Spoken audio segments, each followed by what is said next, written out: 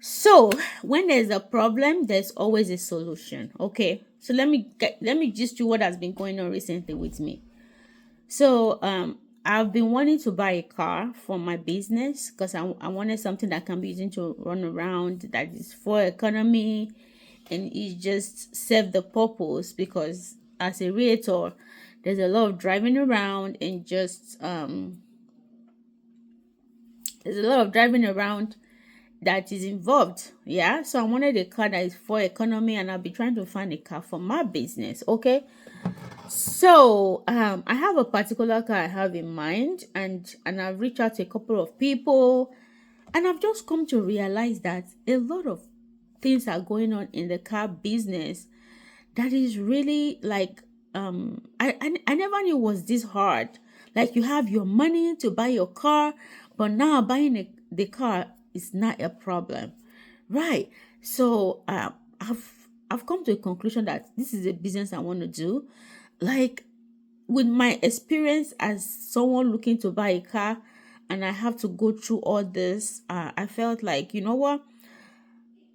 Let me be the person to find solution to this car business because I really went through a lot. First of all, I went through a scam as somebody who said they sell cars and I gave them my money and at the end of the day I did not have confidence that they were going to be able to deliver and something just told me you need to get your money from these people and so I did. And then I reach out to somebody else and they, oh, we don't do that anymore. We cannot help you to buy a car because a lot of people have been very shady, you know. And I'm like, oh my God, buying a car is a serious problem. And then my experience with Auto Nation. Yeah, I have to call them out. They're currently calling me. Let me tell you my experience with Auto Nation. So I saw this car they were advertising on social media like Google, right? So I reached out to the salesperson and I said I want to come out to the dealership to come see the car. So I will book an appointment the next day. It was Saturday, and I booked appointment to be there at I think that was on 9 a.m. 9 a.m. Yeah, 9 a.m. I booked an appointment to be there at 9 a.m. guys. 9 or 10 a.m. I can't remember. I think it was 10 a.m. So I got there at 10 a.m. and I asked for this because he said when I get there I should ask for him because because they work on sales and they work on commission. So I was trying to be fair. Everyone they were asking me that, oh, what do I need? Do I want to sell my car? Do I need to buy a car? I said I wanted to see this particular salesperson that I have an appointment with him. So he comes out and he was like, oh, sit down. And then he was like, oh, let me go and check on the car for me. And then one of their manager came and reached out to me and was like, oh, I heard that you want to buy a car. This is a particular brand you're looking for. Oh, we're gonna get the car out so you can see the car and maybe test drive, right? So I sat down there waiting, and then the salesperson comes out and he was like, oh, and the car wasn't ready, that the car was going through detailing. And I'm like, oh, really? Through detailing? I said, okay, no problem. Because I know what detail is all about, right? So I felt it's not going to take that long. So 30 minutes after this was already 30 minutes was already gone. And then he comes back and he was like, oh, let me take you to the back to go see the car. I don't, he said something.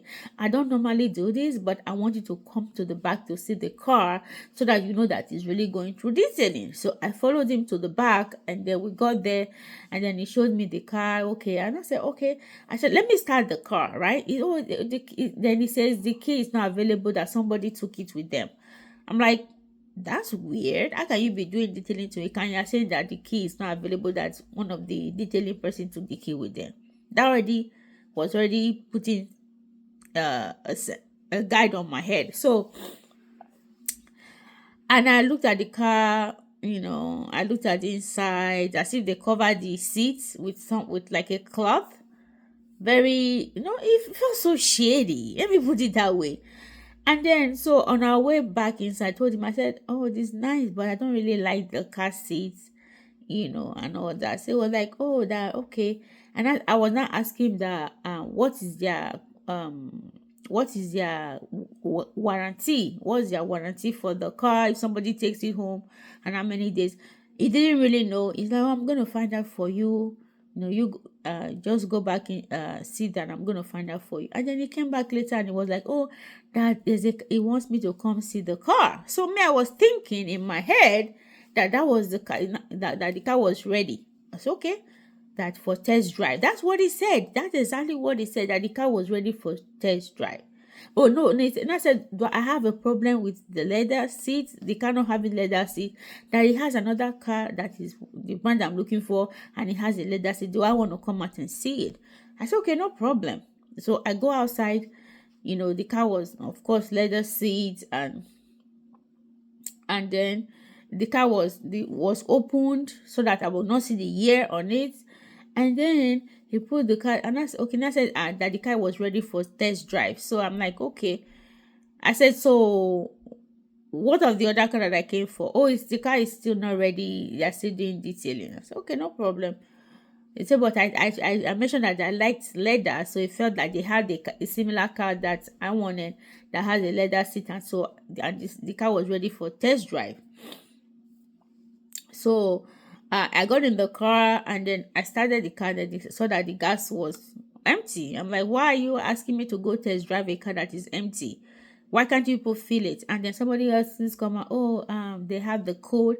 It was also shady, but at the end of the day, I told him I'm gonna just wait for you guys to go fill up the tank and then come back, and then I can test drive it. So they went and filled the tank, and then it came down, and it was like, oh, the car was ready for test driving. So we got in the car and I started driving. So as we were driving, I just felt something just told me to ask. I said, what year is this? Because the car I wanted was 2017. I said, what year is it? He said 2015.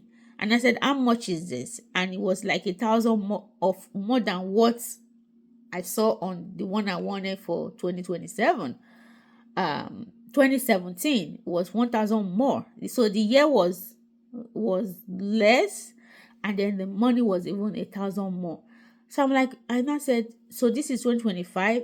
This is 2015. He said yes. I said, and how much is it? He told me. I'm like, why am I test driving this car right now? I said, I came here for a 2017 car, and you guys said it's not ready for test drive. They're still doing detailing. Why am I driving a car that I don't even want? I don't want 2015. I know exactly what, like, oh, you know about cars, you know what you want. Okay, I said this is a complete waste of my time. At the time we were talking, this was already 11 a.m. Like 1 hour had gone, right? So I'm like, why am I test driving a car that I don't even want, right? So we get back, and he said, oh, yeah, he's going to go check up on the car for me. And then he comes back, like, oh, the car is now going through servicing, that the car is not ready for test driving. I'm like, really?